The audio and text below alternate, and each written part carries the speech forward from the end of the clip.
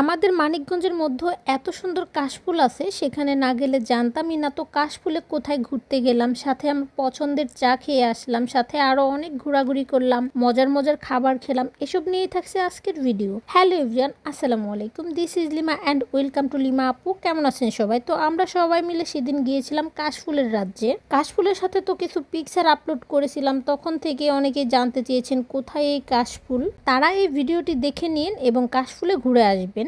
সেদিনের আকাশটা যে এত বেশি সুন্দর ছিল, মাশাল্লাহ মাশাল্লাহ, কি বলবো, দেখতেই যে এত বেশি ভালো লাগতেছিল। তো আমরা কিন্তু অলরেডি চলে এসেছি আমাদের গন্তব্যে। আমরা ছাড়াও কিন্তু এখানে আরো অনেক লোকজন ঘুরতে এসেছে। অল্প জায়গার মধ্যে বেশ ভালোই কাশফুল ছিল। শরৎকাল মানে কাশফুল। আমার মনে হয় শরৎকালে কাশফুলের সাথে ছবি না তুললে শরৎকালটা অসম্পূর্ণই থেকে যায়। আমার তো প্রতি বছর কাশফুলের সাথে ছবি তুলতেই হবে। এবার ইচ্ছে ছিল নীল শাড়ি পরে কাশফুলের ছবি তুলবো, বাট যে গরম পড়েছিল তাই আর শাড়ি পরে আসা হয়নি। তো আমরা সবাই মিলে কিন্তু অনেক অনেক ছবি ভিডিও করি এবং অনেক সুন্দর সময় কাটাই। এখন বলে দিচ্ছি এই জায়গার লোকেশন। এটা হচ্ছে নয়াকান্দি ব্রিজ পার হয়ে একটু সামনে আগালে হাতের ডান সাইডেই পেয়ে যাবেন এই কাশফুলের বাগান। যারা এখনো কাশফুলে ঘুরতে আসেননি তারা দ্রুত ঘুরে যাবেন, আর বেশি দিন হয়তো কাশফুল থাকবে না। তারপর আমরা ওখান থেকে সরাসরি চলে আসি হিজুলি বাজারে হান্নান স্টোরে। প্রায় অনেক মাস পরে গিয়েছিলাম সেদিন। আগে তো প্রায় রেগুলারই যাওয়া হতো এখানের চা খেতে। এখানের চায়ের মান আগেও যেমন ভালো ছিল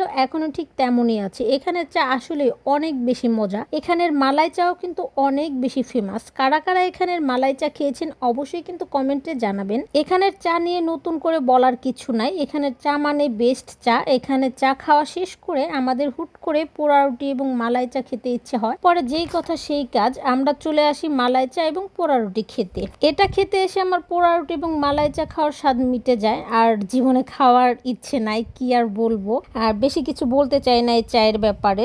যাই হোক, বাদ দিয়ে চায়ের ব্যাপারটা। তারপর আমরা আবার হাংরি বাস থেকে মিট বক্স খাই।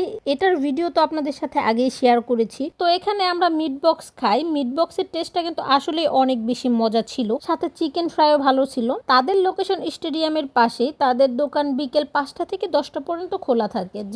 যারা কম দামের মধ্যে সুস্বাদু মিট বক্স খেতে চান তারা অবশ্যই এই দোকানে যাবেন। তারপর বাসায় আসার সময় চোখে পড়ে সিরামিকের এই ভ্যানটা, যেখানে অনেক সুন্দর সুন্দর কম দামে সিরামিকের জিনিস পাবেন। সিরামিকের জিনিস দেখলেই আমার কিনতে মন চায়। অবশ্য সেদিন কোনো কিছুই কেনা হয়নি। তারপর আমরা বাসায় চলে আসি। বাসায় আসার পর মা আমাদের তরমুজ কেটে দেয় সবাইকে। সবাই মিলে তরমুজ খাই। তরমুজটা খেতে কিন্তু অনেক বেশি মিষ্টি ছিল। তো সবাই মিলে কত কি গল্প করতেছিলাম আর তরমুজ খাচ্ছিলাম।